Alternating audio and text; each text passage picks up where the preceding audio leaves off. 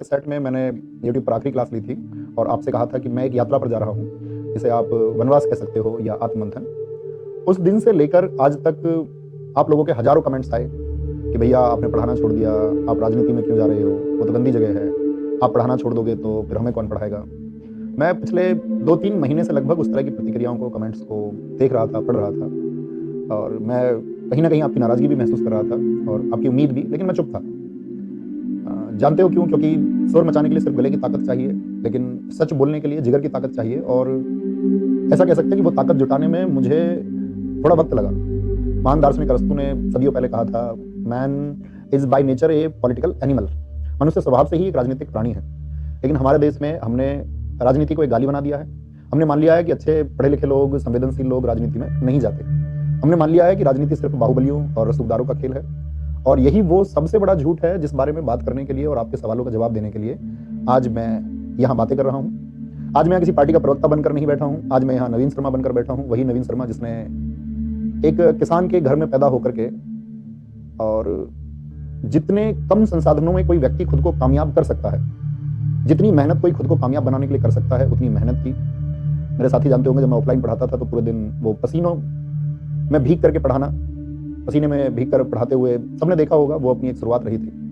वही नवीन शर्मा जिसको इस देश में ऑनलाइन क्लास में सब नवीन भैया कहने लग गए और जिस नवीन शर्मा ने जीके, जीएस, हिंदी और इतिहास पढ़ाया। लेकिन इतिहास पढ़ाते पढ़ाते एक बात समझ में आ गई कि अगर हम खुद इतिहास लिखने की हिम्मत नहीं करेंगे तो वो लोग हमारा इतिहास लिखेंगे जिन्हें ना तो हमारी तकलीफों का पता है और ना ही हमारे सपनों की परवाह। आप पूछते हैं ना कि राजनीति ही क्यों? उसका जवाब देने से पहले मुझे आपसे कुछ पूछना है। क्या आप उस सिस्टम से खुश हैं जहां डिग्रियां बट रही हैं लेकिन उम्मीदें दम तोड़ रही हैं? क्या आप उस डर के साथ जीना चाहते हैं जहां सच बोलने की कीमत एक आम आदमी को अपनी सुरक्षा और सम्मान खोकर चुकानी पड़ती है? एक छात्र को अपना हक मांगने पर लाठियां खानी पड़ती हैं? अगर आपका जवाब नहीं है तो फिर मेरी चुप्पी का कारण भी आपको समझ आ जाएगा। मैं आज यहाँ सफाई देने नहीं आया हूँ, मैं आज यहाँ एक प्रस्ताव रखने आया हूँ, एक पढ़े लिखे नागरिक का अपने जैसे दूसरे जागरूक नागरिकों के लिए एक प्रस्ताव।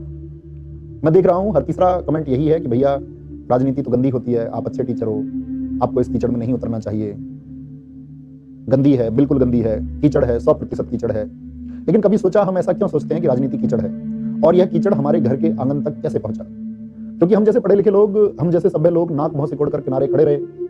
हमने कहा छोड़ो यार, ये हमारा काम नहीं है। प्लेटो ने हजारों साल पहले एक चेतावनी दी थी। उन्होंने कहा था राजनीति में हिस्सा ना लेने की सबसे बड़ी सजा यह है कि आप ऐसे लोग राज करते हैं जो आपसे कम योग्य हैं। आज हम यही सजा भुगत रहे हैं। मैंने अपनी जिंदगी के लगभग 10 साल इतिहास, भूगोल, संविधान, सब कुछ आपको पढ़ाया। मैंने बताया कि अधिकार दरअसल में होते क्या है। मैंने आपको बताया कि इस लोकतंत्र की ताकत तो होती क्या है।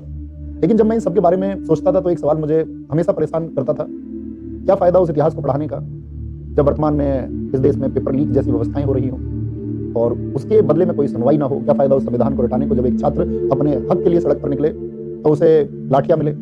जिन माँ बाप का, बूढ़े माँ बाप का वो इस अपनी युवावस्था में सहारा बनना चाहता है, अगर वो लाचारी महसूस करे।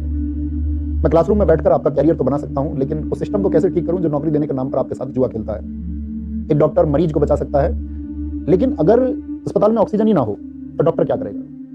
मैं वही डॉक्टर हूं जिसके पास शिक्षा रूपी दवाई तो है, लेकिन सिस्टम ऑक्सीजन की सप्लाई रोक कर बैठा है।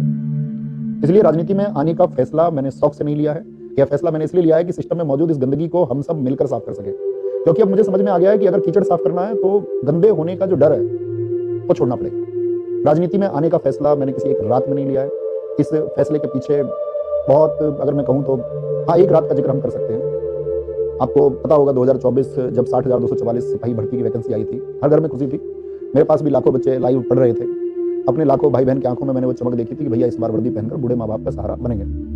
लेकिन हुआ क्या? 17 और 18 फरवरी को वो तारीख, पेपर लीक, और सिर्फ पेपर नहीं लीक हुआ था, लाखों माँ बाप और छात्रों का भरोसा लीक हुआ था।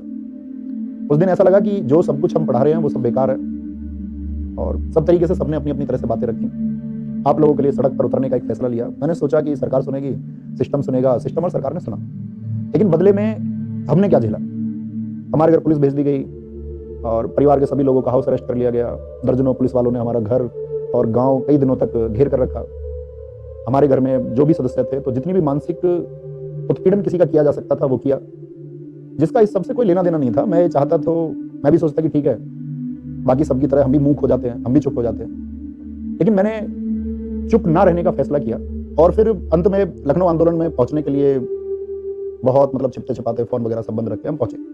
मेरे साथ लाखों छात्र वहाँ पहुँचे और सब लोगों ने यही बोला, मुझसे भी बोला, मुझे आज भी खूब याद है कि सब कुछ है, नाम है, करोड़ों छात्रों का सपोर्ट है, लाखों छात्रों को तुम सफल बना चुके हो और मतलब इस सब की ज़रूरत क्या है? एक सवाल ये भी था कि जब तुम्हारे पास ये सब कुछ है तो तुम अपने पढ़ाए हुए छात्रों की लड़ाई सीधे तौर पर क्यों नहीं लड़ पा रहे हो?